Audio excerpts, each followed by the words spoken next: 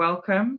Thank you for taking the space and time to be with us today. My name's Olivia Nathan, and I'm one of the co-hosts. Today is about hearing from Emily Aubrey, a disabled disability activist and climate justice advocate. This session will be from her personal experience, and I wish to express my gratitude and thanks to her for this. We brought this to you because we believe that it is a piece in the puzzle of work in fighting and stepping out of systems of oppression, which are infringing on all our freedoms and need tending to in the process of uprooting climate injustice.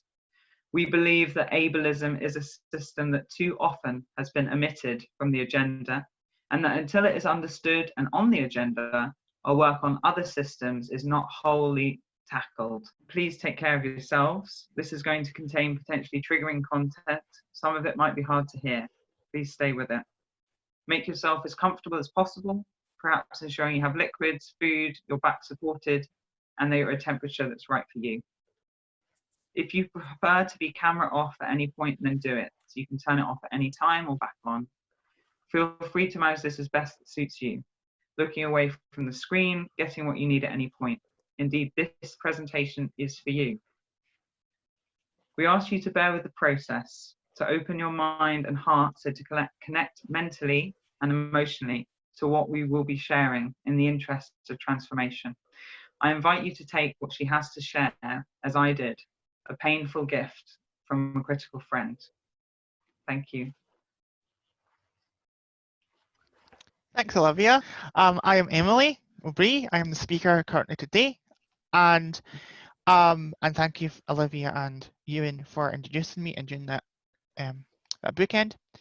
Now, a little bit about me before we get into the talk is that I am a political activist with over 10 years of experience, and I joined XR because I'm very passionate about climate ecological issues from a very young age. And felt disillusioned because no one's actually taking direct action to make it known. Like, you do protest and then you go home. And the sad problem was that when I got in, there was a lot of rhetoric about accepting everyone, every part of everyone, but when my needs were starting to get known in both my local and the national community of XR, I began to see there was issues with supporting my particular needs and other disabled people, and I began to kind of go investigating with that inside of XR. So what happened was I began to feel more and more alienated, and my atypical behaviours and things like that were beginning to have issues within different groups. So for me personally, there's been other incidents, both locally and nationally, within XR Scotland and XR UK, Zoom meetings, people's assemblies, where I began to realise that it was missing. When we talk about social justice, there was a major part missing. They didn't understand it. There was no understanding about disability as a political thing, or how to deal with disabled people, or myself at all. And that scared me and outraged me, and that's what spurred us to make this talk, because I felt it was needed to inform and kind of have a really difficult conversation about this topic and save my own labour without going on to it on a personal to person level. So the aim of today is to really understand what disability means for people like myself and inside the movement. And activists, and understanding the structural oppression, how XR works in past issues and past problems, which have been sadly swept under the rug or ignored, or somehow got caught in the system of not being seen as relevant or a one-off or other excuses, and I'll explain that in the second half of other problems as well. To be connected to this issue. Now, what I mean by that is to have empathy and compassion, understanding of where some people like myself maybe get angry or traumatized and have in a reaction to structures, systems, behaviors, ways of doing things in XR and the green movement. And it's not an attack. There needs to be, this is part of me to have a discussion on the deeper issues that can occur inside these kind of systems, and to basically have these conversations and hard growth personally and structurally for transformation of a society for change.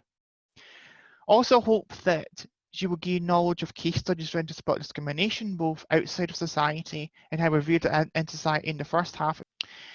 Also, I hope that it'll make you think about disability in a more articulate and more joined up way, rather than, oh, we don't deal with disability, let disabled people deal with it, that disabled charities and organisations deal with it, and have a joined up thinking. And there's going to be a kind of controversial stuff at the end of how we're going to do it, because this one isn't about solutions as such, it's seeing the problems to then people to get mobilized to then deal with the problems.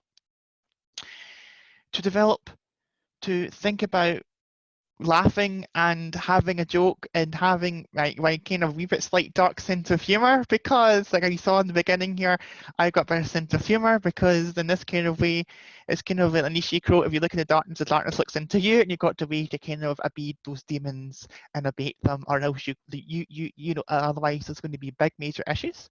And people go, oh, Emily, you're insane. Well, technically I'm certifiable, but that doesn't really matter. That's a bit of a running joke with me and Olivia. And so this is what I'm going to be doing today, is hopefully having these aims met today and not be so serious that we end up like going, eh. So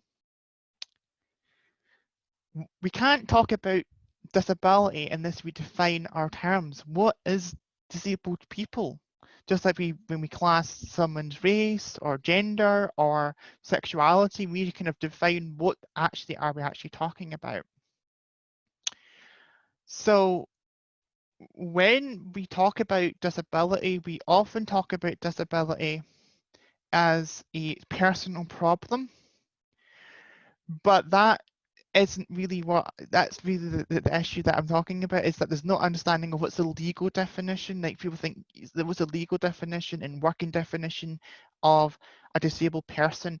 If you're talking about in law or in disability rights or in every conversation in structures in society as we know it. So the definition I'll be using moving forward would be is both the UN and the UK definition. So basically, the person with disabilities is someone that, which is this is the UK definition, including those who have long-term physical, mental, intellectual, or sensory impairments, such as people that are deaf, hence the interpreters, people with mental health issues or mental distress, if you prefer, people with MS, Tourette's, autism, and physical disabilities as well, or impairments rather, of, you know, people that are cerebral palsy and the rest. But it talks about the impairment interacting their life as an individual, and it doesn't talk about environmental barriers like UN definition. UN definition talks about the interaction of those impairments to the person and how they affect the person, but also how they affect both the attitudes and access to institutions, shops, and services and other things in daily life, and how those two things interact. We need to ask the question of what do we know about disability?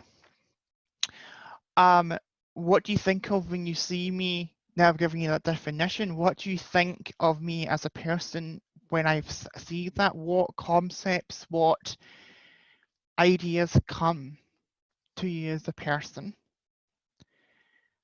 And think about maybe the language you've maybe internally or heard from other people talking about disability, the medicalization, how they're broken, how they suffer, how they deal with it, okay?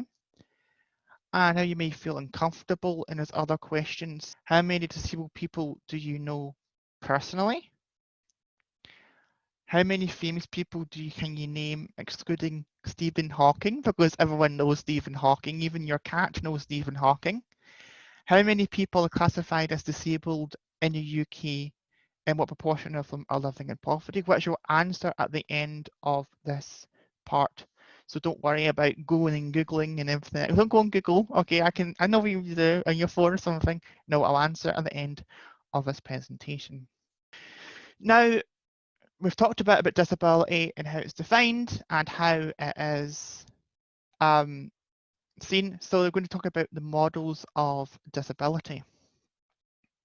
Now, not these kind of models, not supermodels, and often we're thinking about like fit people we think, oh, skinny, right? And that's another conversation for another day. We talk about models of frameworks of understanding that we've got here, frameworks of political, economic, cultural, you name it, frames of reference. What that means is it's a way of understanding something, just like a theory is a way of understanding in science, a phenomenon in nature or in space or in the universe.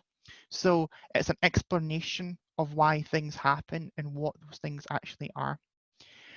And there's going to be four main models I'll be talking about today, which is the eugenics model, which is the beginning of ideas about not just disability, but also everything else that most people fight for here of sexism and racism and everything else. It started to have a solidified cultural and political and ideological framework that was actually working and actually had things in institutions and a momentum in society until the eugenics model.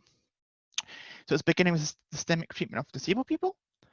You get the medical model and what that actually entails in terms of understanding disabled people and how it's the most understood model and pervasive and the dominant narrative, if you want to call it that, of disabled people.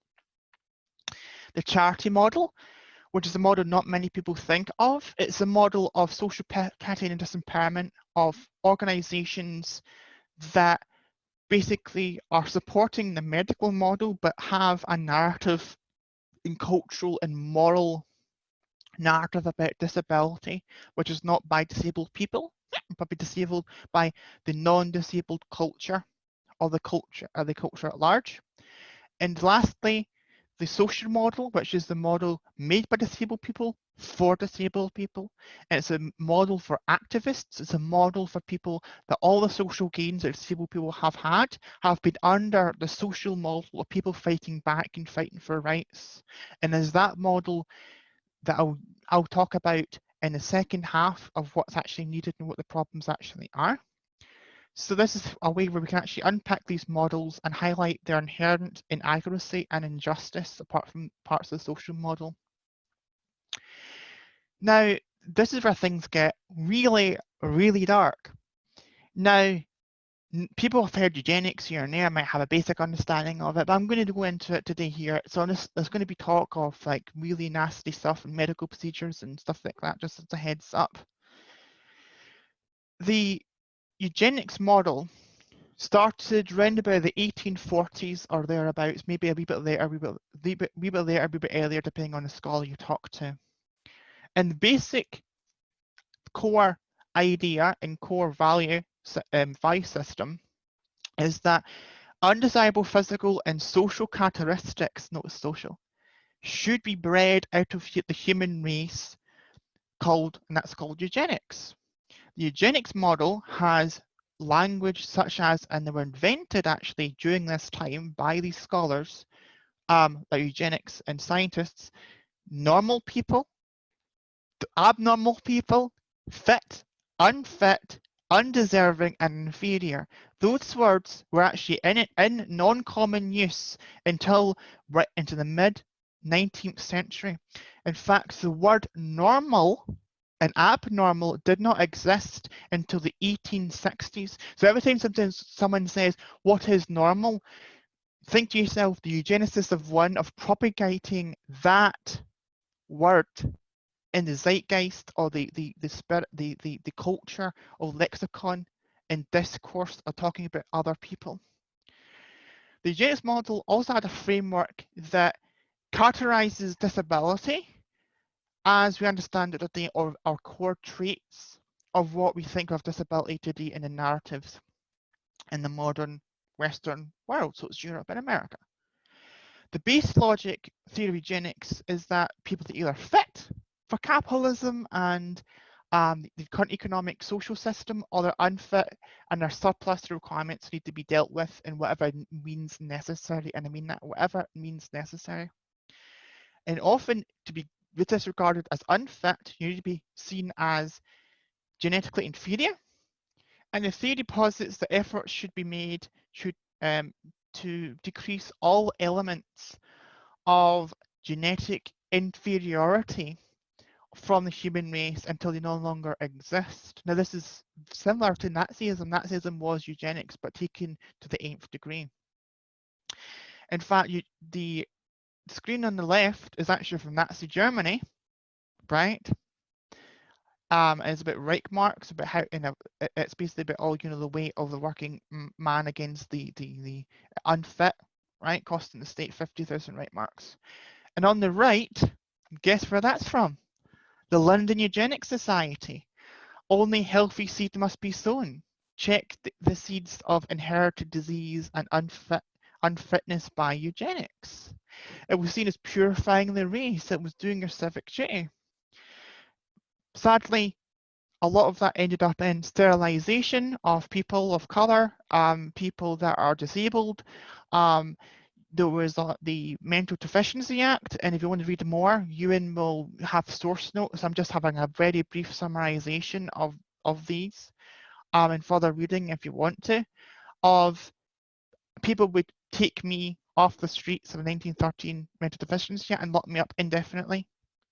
So I would go, maybe someone that was someone deaf or something, an example from our deaf audience today, or hard of hearing, you might go and someone see you sign, report you, and then you'd be in an asylum. Your family wouldn't know where you've been, gone off the streets. It was only repealed in the 1950s. Euthanasia, which means a good death. Cases of even recent cases, it's still a thing, or unjust birth. In fact, there's a recent case in Britain in February of this year where the Conservative government said that any disabled person that's non-fatal can be aborted up to birth. Non-fatal disabilities aborted, no questions asked. If that's not just like wiping somebody out of the face of the planet, I don't know what else. An unjust birth of them being born, that's like Nazi-esque as hell. And the idea that some people are just, it's nature, the doctrine says that babies should die because, well, there's not enough to go around and it's nature's way, and this kind of social Darwinian idea of like there's not enough to go around, just fuck them, let them die, let them suffer. And another part of that no one really wants to talk about, or it's hushed and it's only now beginning to come out in the 75th anniversary, is people in the death camps. People had restrictive marriages in Germany, but also in Europe. People, in fact, it was actually annulled if they acquired disability or seemed to be disabled. That was a huge problem after the First World War. And the Black Triangle and everything else is actually people like me were in the first people to die in Nazi Germany. Actual testing of the Holocaust and everything else was done on disabled people and then moved on to other people. Yes, they had camps and labour camps if you're communist or socialist or a unionist, but that was more to break your spirit to then convert. It was your political ideology that's a problem, not you as a person, as your race or gender or disability, what have you. It was your ideology. This was different. This is, you are a burden to society, you need to be destroyed. Next slide, please. Now, many people think, oh, maybe we're past this. This is the medical model. And the medical model, people think, oh, well, all that stuff's behind us. We don't have stuff like this. Well, no, the medical model is a more politically correct version of eugenics model and how it approaches things and couches things in a narrative. The medical model still sees disabled people as a medical issue rather than a moral or social issue that needs to be destroyed. It's slightly, the rhetoric is clamped down, but it still sees people as a medical issue, walking medical issue, or a non-walking medical issue rather, to normalize people to be socially and politically acceptable standard of normal.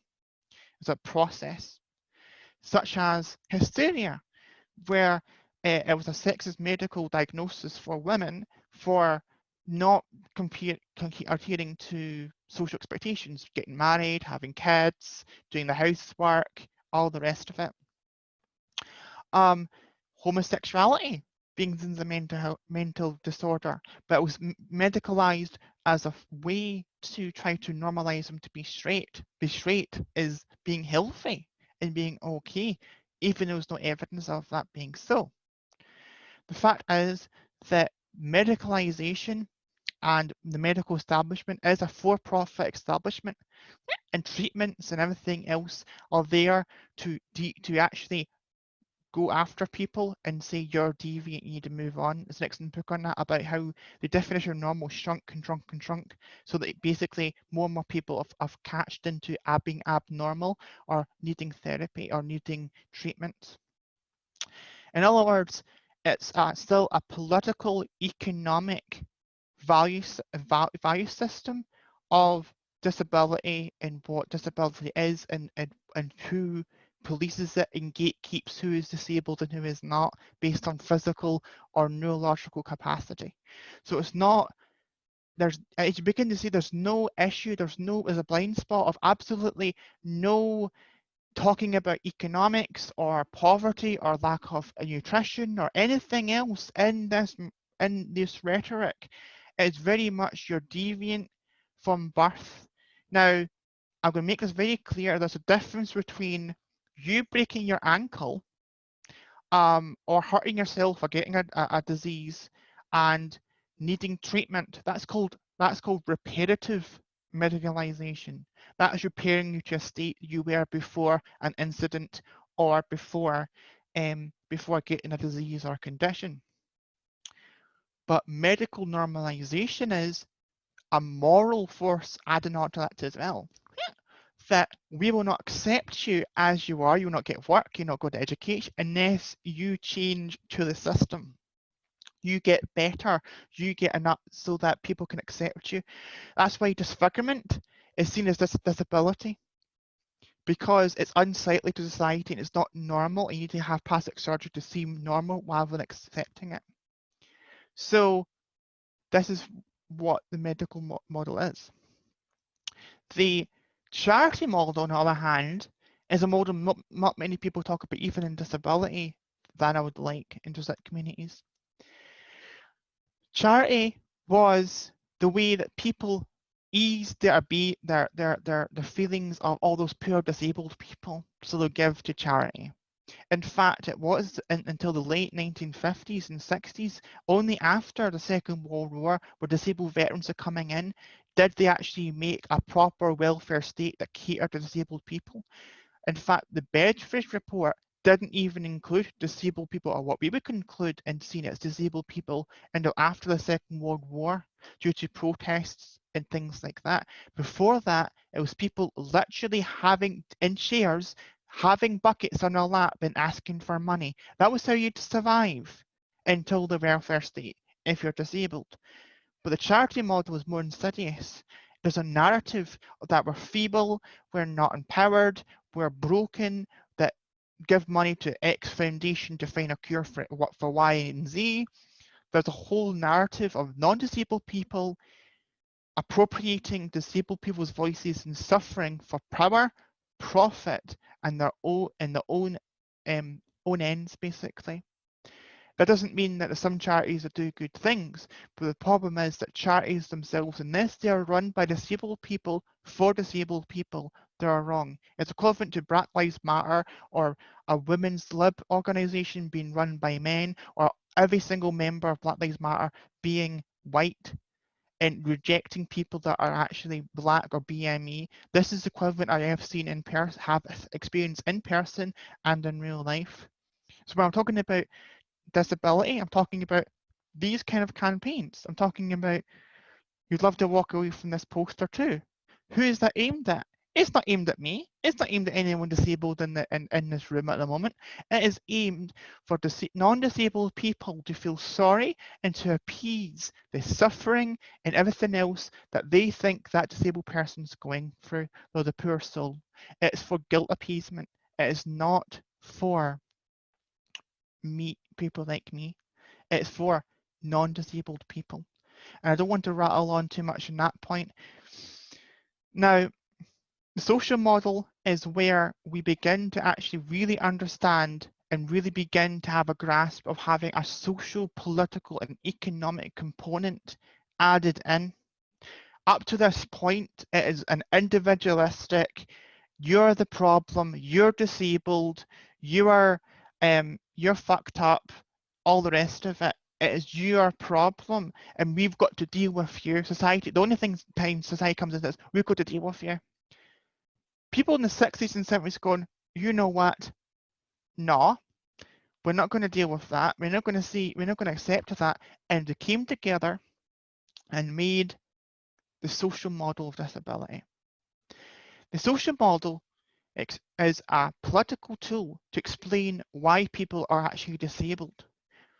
As you can see here, social barriers such as the environment, such as steps, such as things in the environment that you can't really get past. In fact, dropped curbs were actually done for disabled people. So everything we see drop curbs, think of a disabled person. Inaccessible, buildings not being built right, services not being catered to people, language barriers such as sign language, not being not understanding English natively, communication as well ties into that. There's social attitudes, there's prejudice, stereotyping, discrimination in the workplace, etc. There's organizations like XR and the Green Movement that have there's social barriers there, there's political barriers, structural barriers, we'll touch on in the second part. There's inflexible ways of doing things. There's procedures and practices. And what that means is, for example, before COVID, if someone like myself said, I can't go into school or college or anything like that, they would say, no, we can't do remote learning because X, Y, and Z reason. Now everyone can do it. So it becomes an issue of people not dealing with it. On the bottom hand side here, hopefully you can see it. Sorry, I know for time it's like Olivia. Her impairment is a problem. They should cure her or give her prosthetics versus the stairs other problem, you should build a ramp, which is a social model. But also the social model posits that if you have a temporary injury or temporary impairment, your life is also better. If you have to say use crutches, or like I have occasionally, or just injuries, or someone needs a wheelchair, having these accessibility things becomes a quality of life. What's the point of doctors saying to you, well, you're going to get better in 8 months, 10 months, a year? 2 years to be able to walk, when you can't go to the cinema, you can't go to the shops, you can't meet up friends, you can't go on public transport, you're stuck in your house and you can't leave the house. What's the point? What's the point of that prognosis? All it is a prison sentence. And that's the point of the social model is positioning, is that it also helps people that even have a temporary injury that are recovering. And people don't often think about that. And this is a model we'll be doing moving forward. That understanding is going to be everything when we move forward with this talk. Next slide. Now, another question we need to ask ourselves is, what actually is disableism/ableism? Often it's thrown about as a new buzzword to add to people's lexicons or vocabulary, but very people actually have a deep political understanding of what that actually means. Just like they do if they have talked about sexism, or recently with racism, Black Lives Matter, and people getting a deep understanding of what racism actually is and entails, we have a bit of a moment to pause and ask, what does it actually look like and what does it actually entail? On the left-hand side, we've got a quote from Amy Switzer that says, intelligence used as a way to justify our right to accessibility and our value as people is an ableist concept. What that means is that your worth cannot be based on how intelligent or articulate you can be. And therefore, people saying, oh, you're stupid, I'm not stupid. People say those phrases to deflect that ableist kind of stigma that put people on as a slur or a way to attack people. Oh, you're being stupid, or you're stupid. On the right hand side here, which is one of the best definitions I've actually seen, I'll expand on it, is that ableism or disableism, whichever you prefer, potato, is a system that places value on people's bodies and minds based on the socially constructed ideas of normalcy, intelligence, and excellence. These constructed ideas of normalcy, which we discussed in eugenics, intelligence, and excellence are deeply rooted in anti-blackness, eugenics, and capitalism. This form of systemic oppression leads to people and society determining who is valuable and worthy based on appearance and or their ability to satisfy productive desires to produce, excel, and behave. You do not have to be disabled to experience ableism. What that means is that it's structural, it's a value system, it's a political system, it's an economic system, and then makes behavior of this, of normalcy we just discussed, but also, like I said here, of behavior and seen to be make people comfortable or uncomfortable. What does that mean? It means the disableism is about making people conform, or they get the stick, get the carrot or the stick. And what that will means in terms of everyone experiences ableism or don't need to be disabled to experience ableism, I will do at the end of the second talk. So just hold that and park that. When we talk about narratives, we don't think that disabled people, that there are many narratives of disabled people. Well, there's a few, but they're all basically making us into products. I am not your fucking inspiration, is what my good friend said to me at one day, as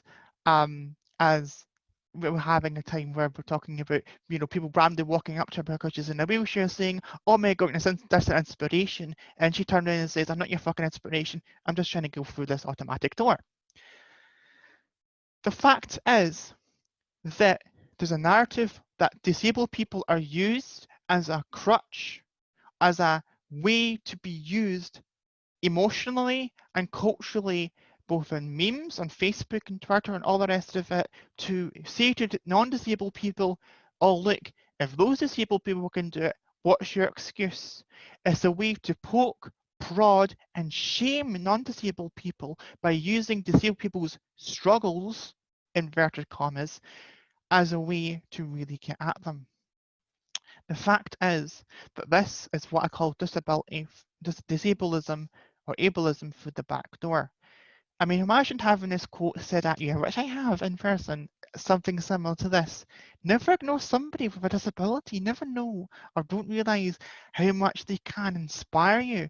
How condescending and infantilizing is that? Your excuse is invalid. Oh, really? Oh, really, sunshine? And my personal favourite, which has been said to my face multiple times with a smile that you want to slap off their face, the only disability in life is a bad attitude. Oh, really? Okay, tell that to my friend in a wheelchair that can't get into a job they wanted because it's just full of stairs, and then come back to me. This is not a Cinderella. This is not, we're going to go, oh, and then they magically turn into a ramp. Okay, positive thinking is not going to remove that barrier. I'm also very quickly to make some point that what all this is here, very quickly, is inspiration porn. Past slide. Sorry. You've been into emphatic clicking.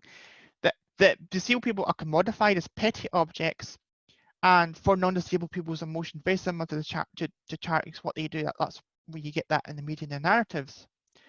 The fact is, what you've got is a super crip, which was that little boy they saw there of, oh, well, if they can do it, you can do it, and look at them, go them. They're going to the I like to call it the people call it the Special Olympics. I like to call it the horse and pony show.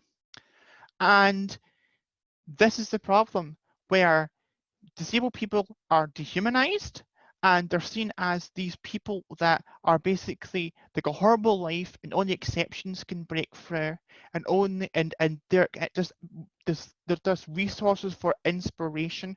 That's your relationship from a non-disabled person to a disabled person, is inspiring you with that inspiration to persist and not kill themselves or to give up or what have you, rather than seeing them as whole human beings. It, so do you think I'm inspirational for doing this talk, or are you inspirational because I'm disabled doing that talk? And people don't understand the line between the two. Some people don't understand the line and have to explain that to them in person. So yeah, hopefully I've made that point very carefully.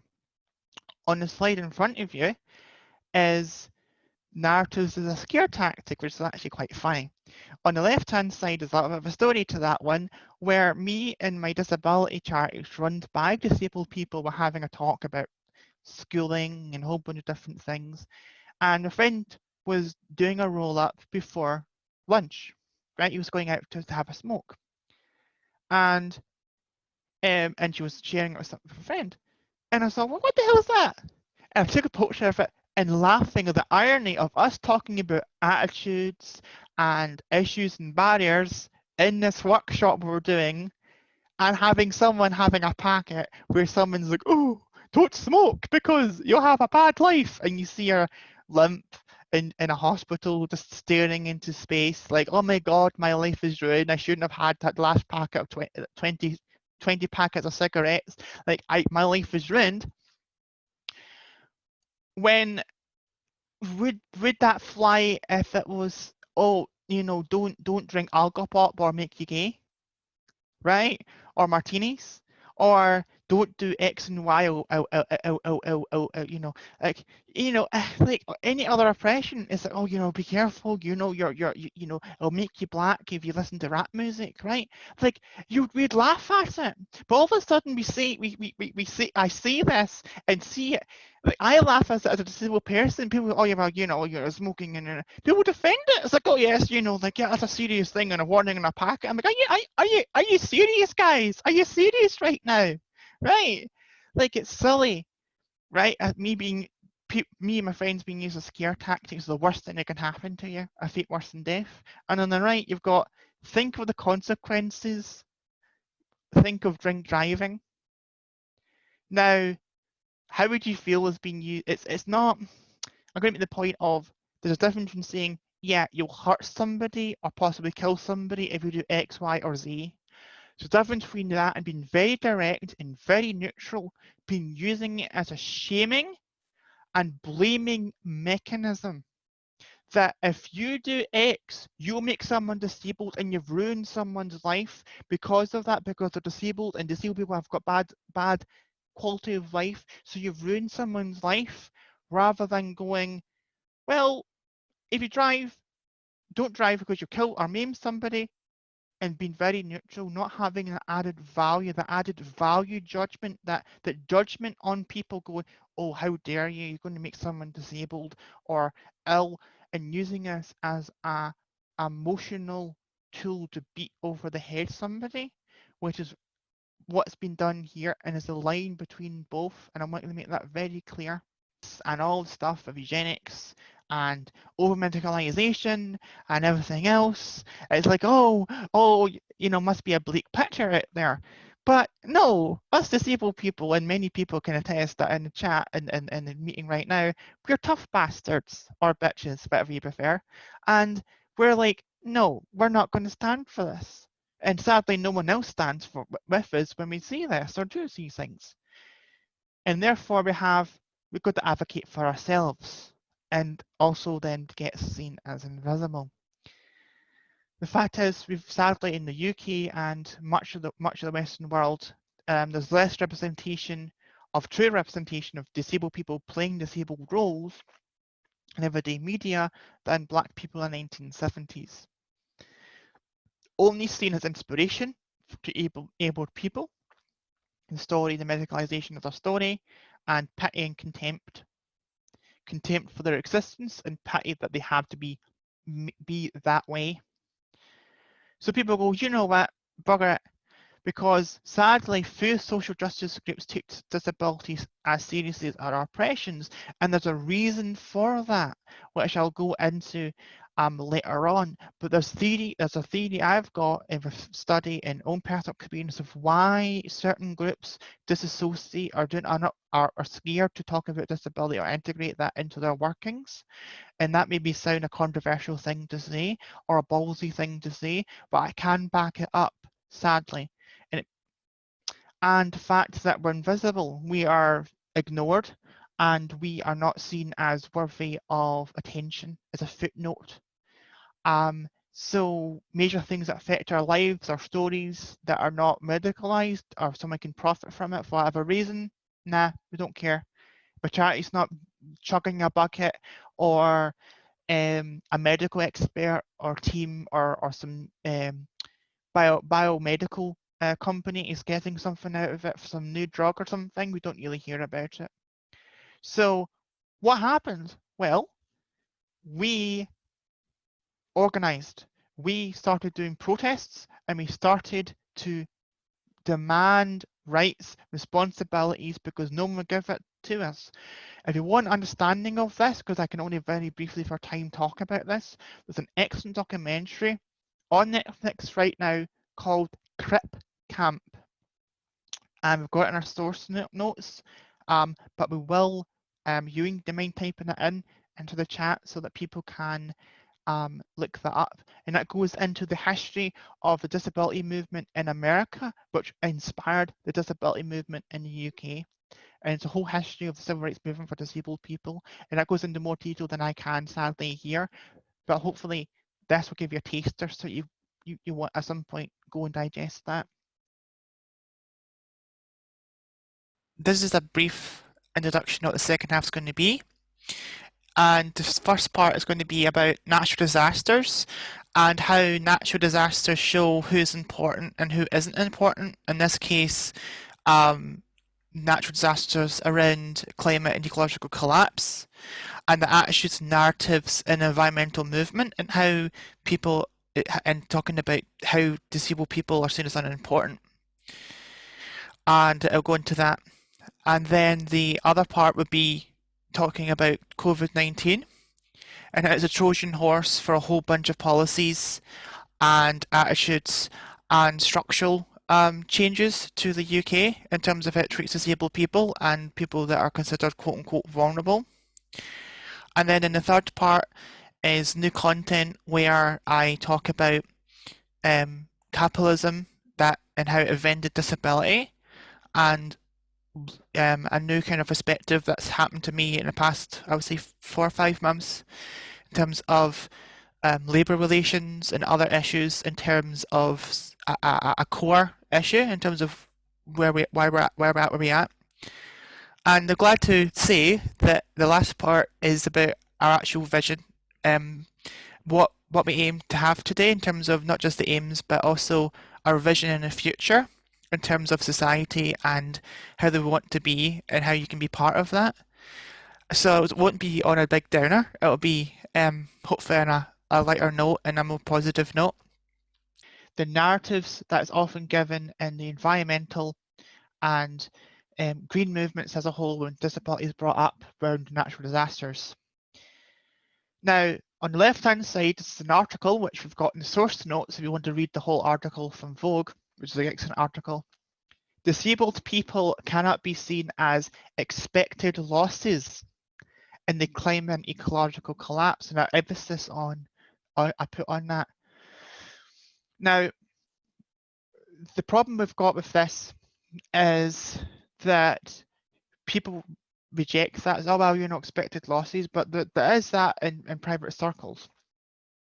For example, when this woman talked to her colleague about it, there was a quote in the article where she's talking about natural disasters affecting disabled people, for example.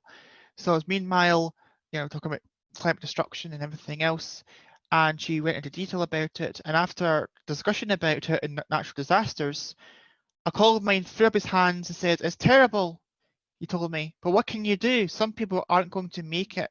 Once I got over my outrage, I realised my colleague had unwittingly named the core problem facing those of us organising for climate justice, the assumption that some folks aren't cut out to survive.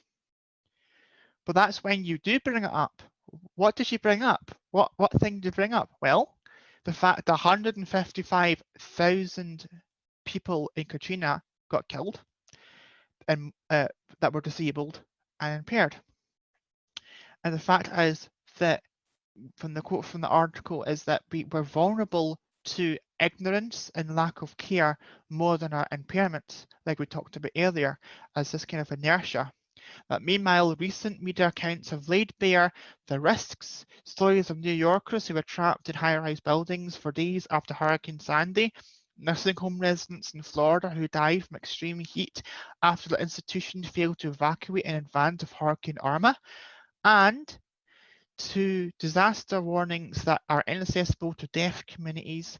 Such stories call the attention to ways in which deaf and disabled people are especially vulnerable to climate disruption, and I'd even add vulnerable to ignorance, and or even go far to say even outright bigotry and acceptance of them being expected losses when these crises arise. But accessibility, vulnerability is a dangerous business. So for me personally, and when we talk about Hurricane Katrina, and I'm going to talk about it here a bit more, where people that were visually and physically impairments and learning difficulties, half of the deaths in Hurricane Katrina were people over the age of 75, and most of them were people who had disabilities or health conditions. And yet, I stumbled upon this only 3 weeks ago. I stumbled upon this. So even someone as well averse as me stumbled upon a Forbes article talking about this.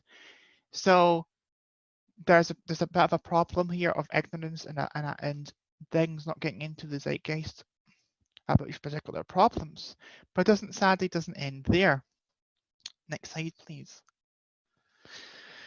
Sadly, even when it's not an op-ed or it's not an opinion piece, when it is the UN climate resolution for and environmental climate program, when they have assembly and talk about this and have a report about disabled people, that roughly this time last year, yet there is silence. I've looked for Greenpeace and others. There was not really that much coverage. Only people, from what I can see, covering it in detail, not in a footnote or something that get passed on, and if you blink, you'll miss it moment kind of thing, was things such as civil rights movements, ones about rights or disability. Everything else was, if I mentioned it, it'd be a little link or a sentence if it was there at all. But let's go into it. Let's go into what the UN actually said. The UN, not an op-ed, not an opinion piece, not something on The Guardian, an actual national degree and national report on disability, a world first on disability and how disability affects people during climate and what needs to be done, right? And yet, how come a disabled person in the west coast of Scotland doing a talk today is the way in which you are learning about this? That's the question. You understand this? So, according to the environmental program, the actual program and the report, disabled people are disproportionately disadvantaged by climate change. They highlighted 3 issues and outcomes that could be devastating to disabled people, which I briefly discussed in the last slide. Disabled populations will most likely have limited access to knowledge, resources and services to expectedly respond to environmental change. We're seeing this with COVID-19, of things that have been accessible, clear guidance, etc. So it's already got a mirror of a crisis happening in the UK already, as an example where we can actually take examples from. Number 2, compromised health makes disabled people more vulnerable to extreme climate events, ecosystem climate service loss, or infectious diseases. And the third one, those with disabilities are more likely to have difficulties during required evacuations or migrations. In other words, in the United Nations survey of disabled people and organisations to build the report, and we've got links to the report in the source notes of the full PDF, but this is just a highlight, a high proportion of disabled people were found to be either injured or die during natural disasters. This was due to lack of consultation with disabled people and governments and the lack of necessary measures to support and protect them. Okay? Only 20% of respondents to the survey said they could evacuate immediately, and only 6% said they could evacuate at all. This presents a rather dire picture for how disabled people will be impacted by climate change over the coming decades. You don't say. In fact, ironically, this morning, before preparing the talk, I got an email from a disability rights group talking about them actually having making a coalition to go to the United Nations and to the European Union to actually have funding and a whole bunch of other resources given to disabled people during environmental crises and other crises, as they're not be given funding or resources to deal with the problems for disabled people. And that was an email I got today. So this is not something that's just in the past. This is ongoing. And I want to make this very, very, very clear, is that I am outraged that I am often the ones to bring these things up due to the ignorance.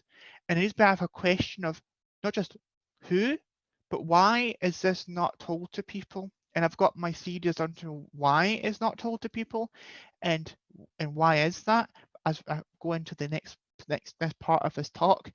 But you might have your own theories, you might have your own thoughts about.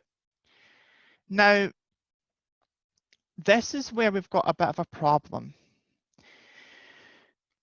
With everything I've just discussed of eugenics, of the medical model, charities, bias, all the uphill struggles, the general environment and hostile environment for I would say at least 200 years, but intensified in recent decades with the Tories and a wee bit of Labour, we need to understand that it's made an environment where when COVID-19 came along, it was just a storm.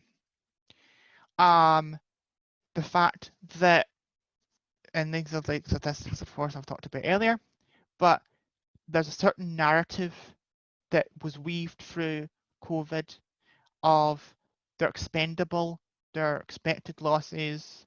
They went from vulnerable people, it went from underlying conditions to vulnerable people, and they're raised.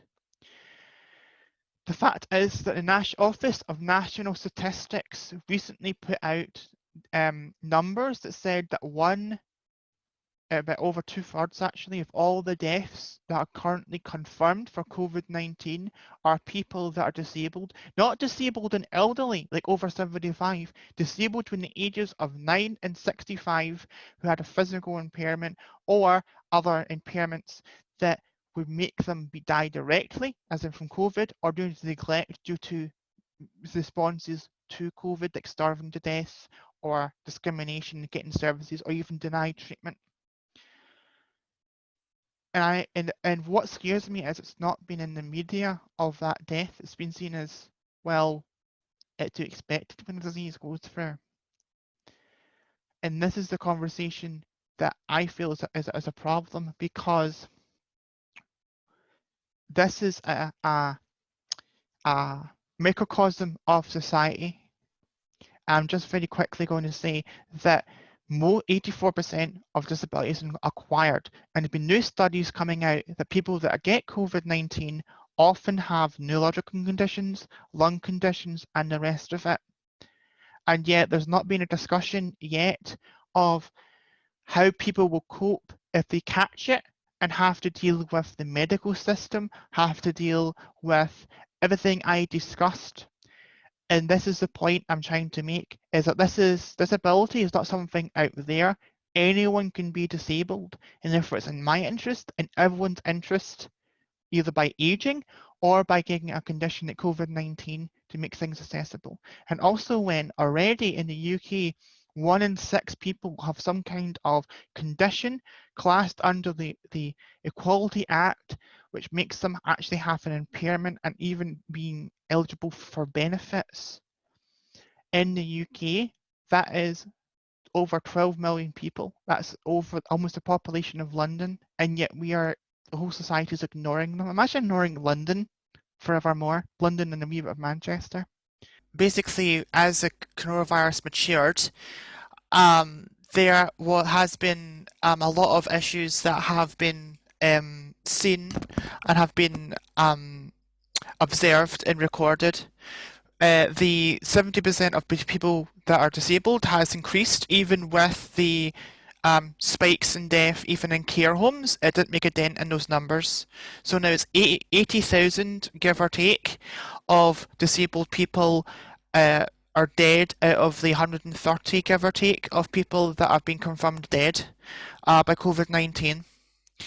And there's a whole bunch of other issues, such as do not resuscitate orders have been repeatedly happened in a systemic way to disabled people across the UK.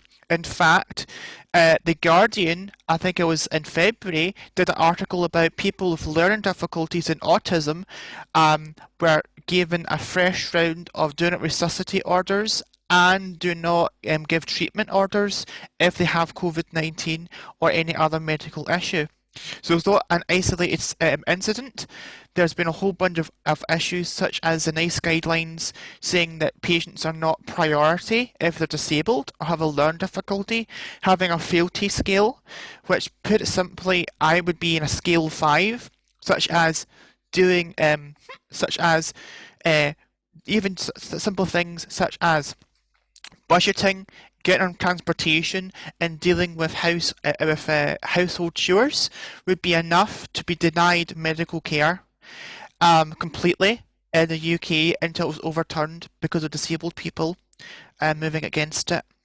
Another point I want to say very briefly that I forgot to mention in the first time of the talk is that the Coronavirus Act prevents disabled people or any people whatsoever and families affected to sue the government for neglect and protect doctors from medical neglect, it's called here in the UK.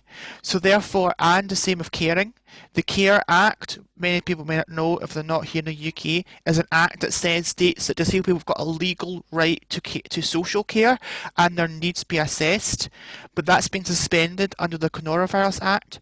Therefore, we've got disabled people living in squalor, their needs not met, and being physically and emotionally harmed due to that care being cut, and they can't sue. In fact, one of my friends tried to sue, and even up here in Scotland, they're legally protected because it's an emergency situation. Even though it was a severe situation, we almost died. But this is a reason I bring this up, and also relate this back to the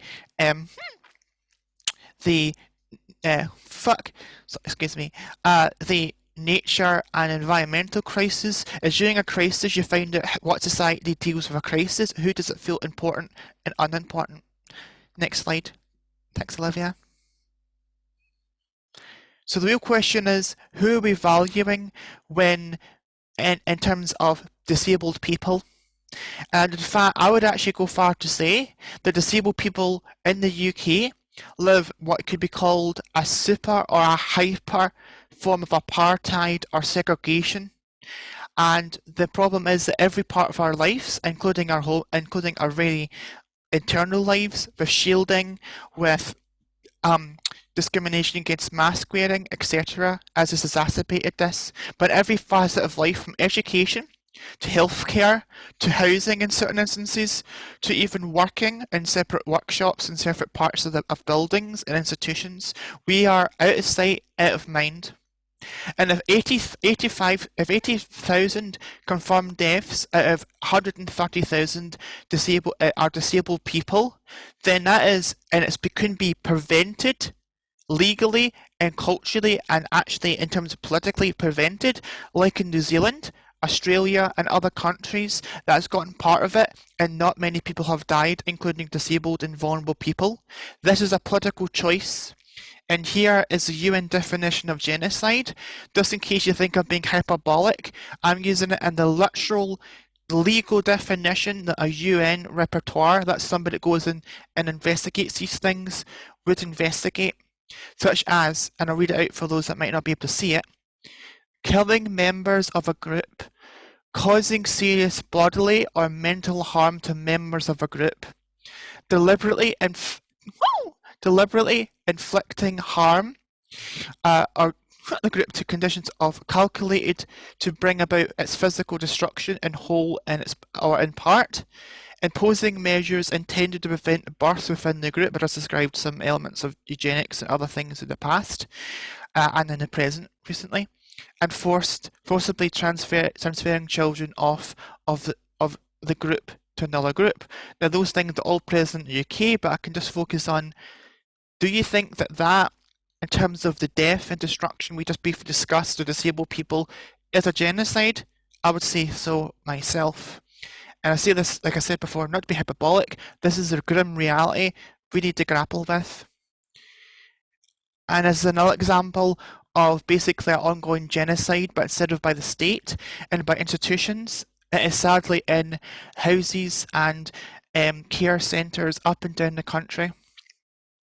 And the 1st of March, just a couple of weeks ago, and it's every year, is a Disability Day of Mourning. This is a day and a visual, very similar visual this weekend to that woman that was killed by the police, where we mourn the people that have been murdered premeditatedly by carers and family of disabled people. And the website called Disability Day of Mourning, you can look it up on Google, has 1,400 confirmed cases of deaths either by their parents or by caregivers in their vicinity. And ironically enough, the disabled people face one of the greatest cases of abuse and neglect by family and also carers in the care system, sexual assault and all the rest, but have sources of this. But this is not to point a finger at you, it's a pointing a finger of attitudes and ideas about the burden you have, and then therefore legitimising people that have these disablest ideas of it better if they're dead, or if the idea of them being a burden or being put out of their misery is often used when they actually go to court, when they actually do, if and when they do. And I'm saying that if you really love somebody, you wouldn't murder them. It is the idea of them being inconvenienced socially, politically and emotionally that makes people drive to this.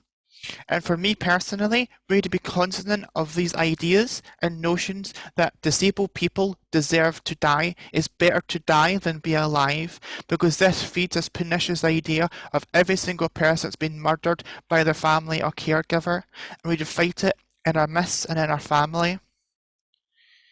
Next slide, please. But as we go down to what I was saying earlier, what is the new revelation? Well, my recent one is a bit economic.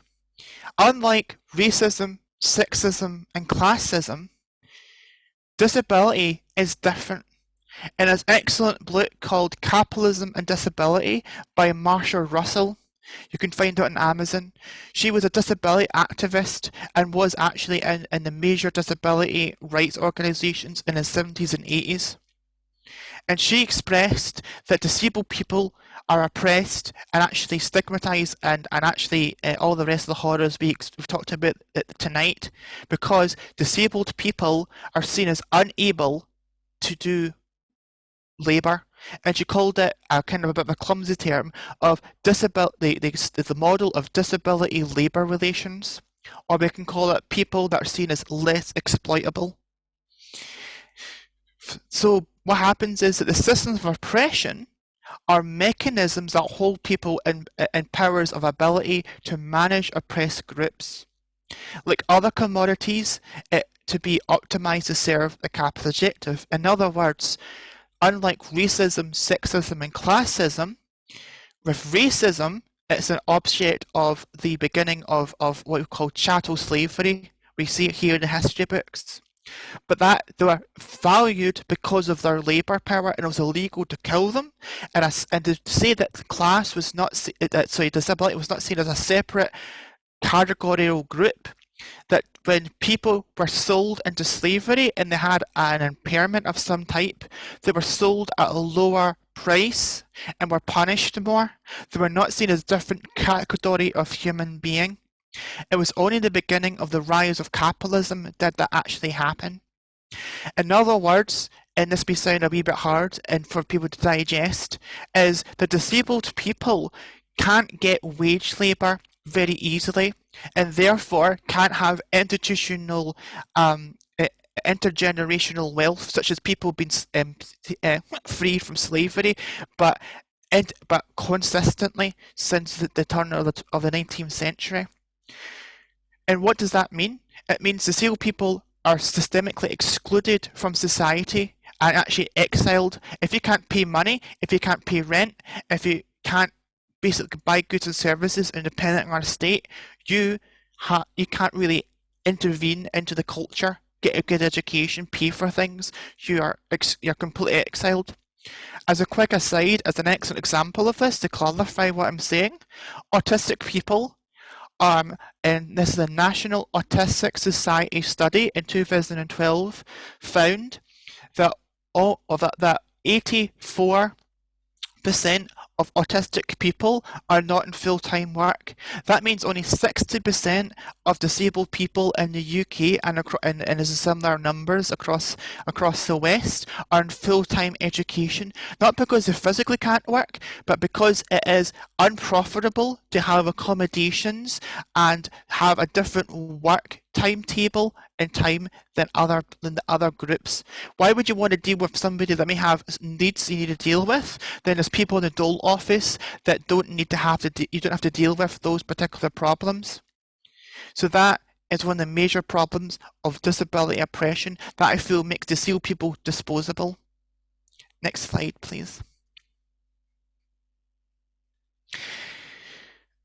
So then, the real question we need to ask is how is that people understand wondering why I put that quote. The fact of the matter is, some of the most horrendous things that have been done to disabled people, and anyone in general actually, is been done by people that believe they're doing good. No Nazi believed they were doing evil. They thought they were protecting the German race, the German people. They were doing it for the good of the German nation. They were not out there to do bad. This is what I mean. We need to be careful of good intentions, but not actually listening to people who are actually trying to be good towards. And very quickly, I'll explain that our vision is liberation practically, emotionally, and spiritually for disabled people and everyone. What that looks like is having a vision where disabled people do not have to worry about dying during a pandemic. And also people not having to worry at all of getting abused, of living in extreme poverty, or living on the fringes of society, having to justify them and their wonderful ways of being and seeing the world. And I hope for you, when being this journey, to enable every person under your care and anyone you meet in the world out there to have a life where they themselves are the masters of their own destiny, not the destiny of some government or some institution, some charity, or even worse, the mercy of a parent that or family member, but there is on their own will. So, lastly, this is really try to understand and undoing behaviours and fight this system for that to happen. And hopefully you will join me, Olivia, and others to do that. Thank you.